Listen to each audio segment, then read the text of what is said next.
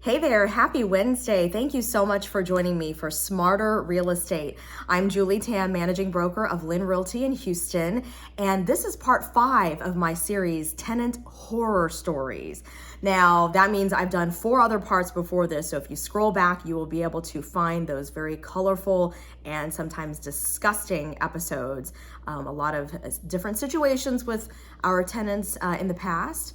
But I do want to start out with something on a positive note because vast majority of our tenants pay their rent on time, they do what they're supposed to do, and they are reasonable, okay? But all it takes is a few bad apples to make things just quite miserable, actually. And of course, make for interesting videos. Nobody wants to sit here and have me do videos on, tenant dreams, like, dream tenants. You want tenant nightmares.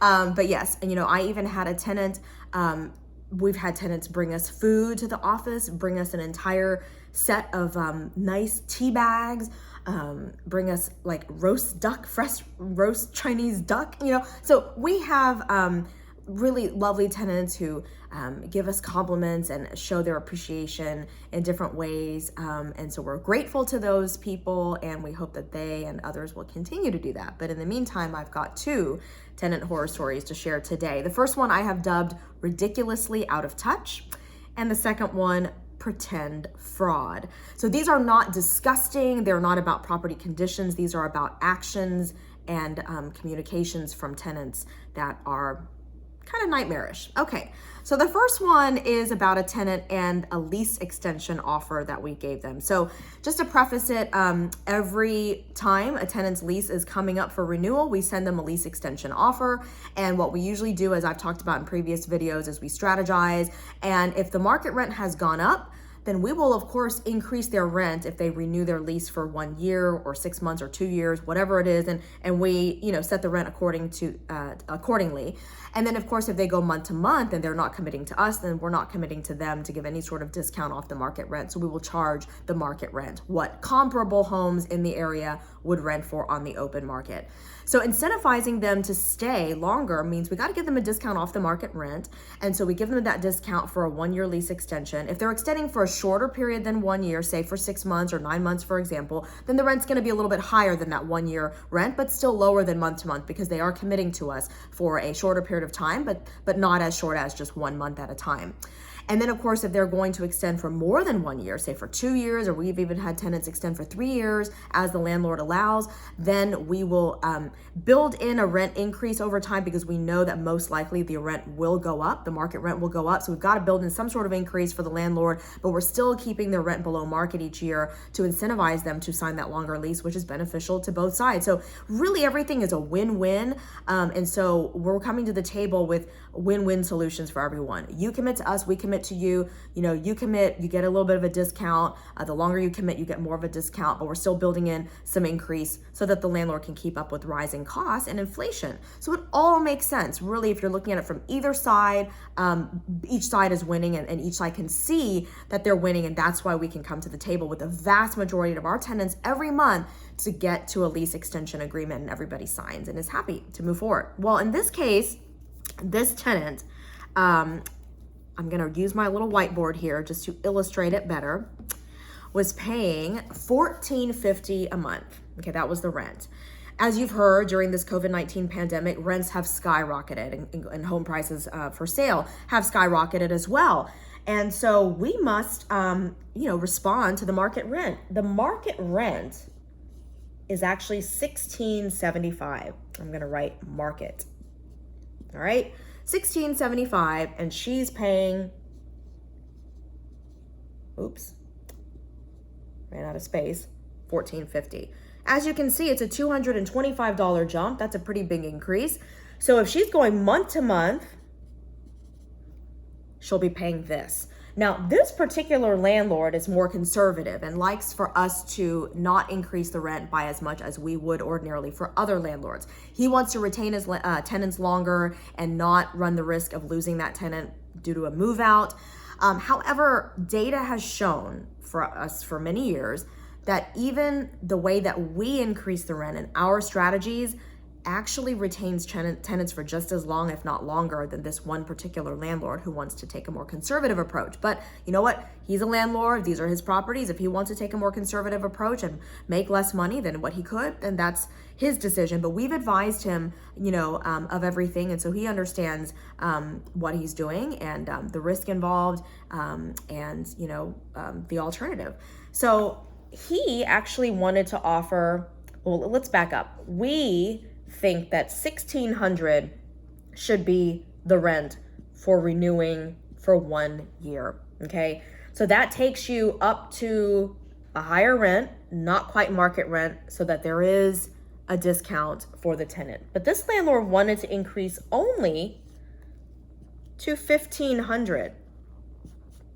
From $1,450 to $1,500, $50, that is just over 3%. That doesn't even keep up with inflation, and it certainly is nowhere near market rent. Well, this tenant replied to my email in which I sent the lease extension form and other forms that needed to be signed by saying that this rent increase is ridiculous. In all caps, ridiculous. Well, my opinion is, and I think any educated realtor, by the way, she's also a licensed realtor, which is quite a shame.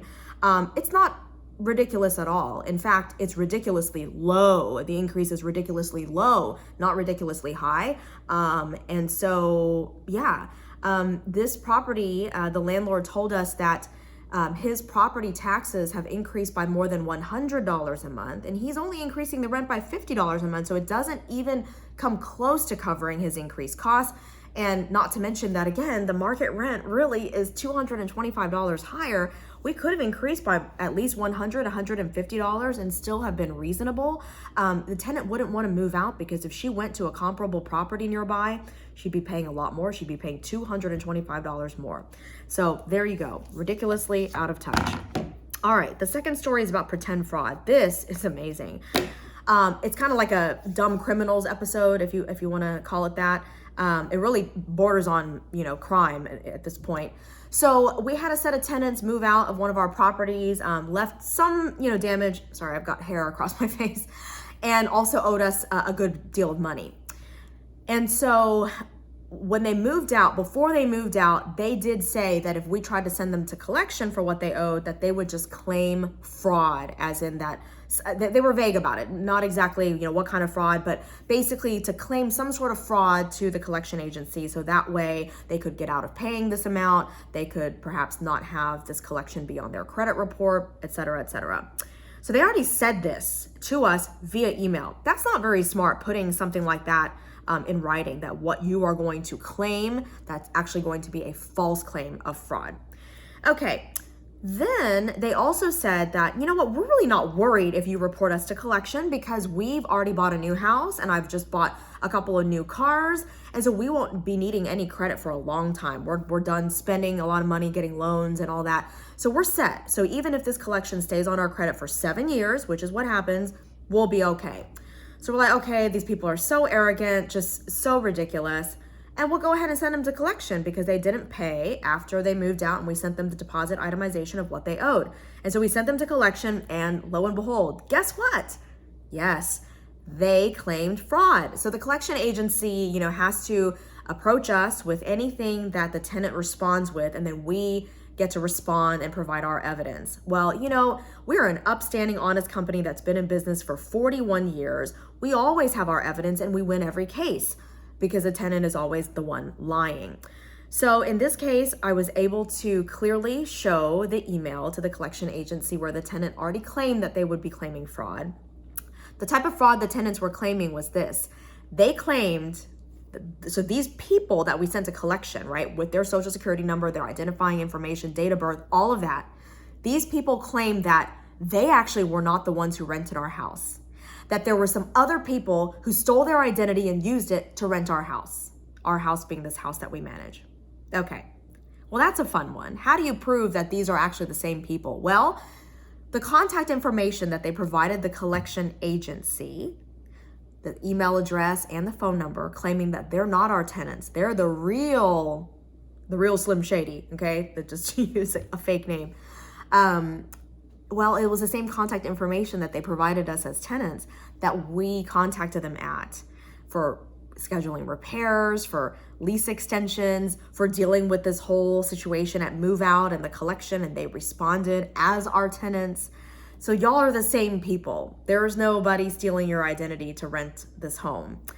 They also went so far as to be creative to say that, you know what, when they rented our house, that actually prior to that, so they rented our house starting in 2016, and a year before that, they actually had already bought a house. So why would they be coming to rent our house when they had already bought a house? They presented a closing statement showing the closing date of 2015, which was totally doctored. They did a good job doctoring it, I might say, because the font and everything aligned. You wouldn't be able to tell. No one would know that it was a doctored closing statement. But you know what? You didn't know who you were messing with. Smart real estate broker here who has access to all the data. Well, I pulled up that house that they bought, this new house. And in fact, they bought this house after they moved out of our rental house. The house wasn't even built until 2020. That was 5 years after they claimed to have bought the house. Well, the house wasn't even constructed yet. So it was built in 2020 and it was sold in 2021. That's when they actually closed on the home. And that's the year that they moved out of our rental. So we were able to show that proof to the collection agency. And the collection agency, of course, says, thanks. We will continue to pursue collection efforts on these people who are pretending that there was fraud committed against them when there really wasn't. So yes, moral of the story is please don't try anything like that with landlords or property managers. Definitely don't try that with us because we've been in business too long, we're too experienced, and we're too smart to fall for that. So that's the end of that story. I hope you found that interesting and got some entertainment at our expense. But we're happy to share that just to kind of let you know the type of stuff that we deal with. And also, if you are a landlord or thinking about becoming one, some of the things that you might encounter, or if you're a tenant, knowing what other tenants have done, it doesn't work, please don't do it to anyone else, all right? So I hope you'll leave me a comment, send me a message, give me feedback and suggestions for future videos, and I hope you will also like and again, subscribe. Thank you so much for watching, and I hope you have a great week, and I'll see you next time on Smarter Real Estate. Bye.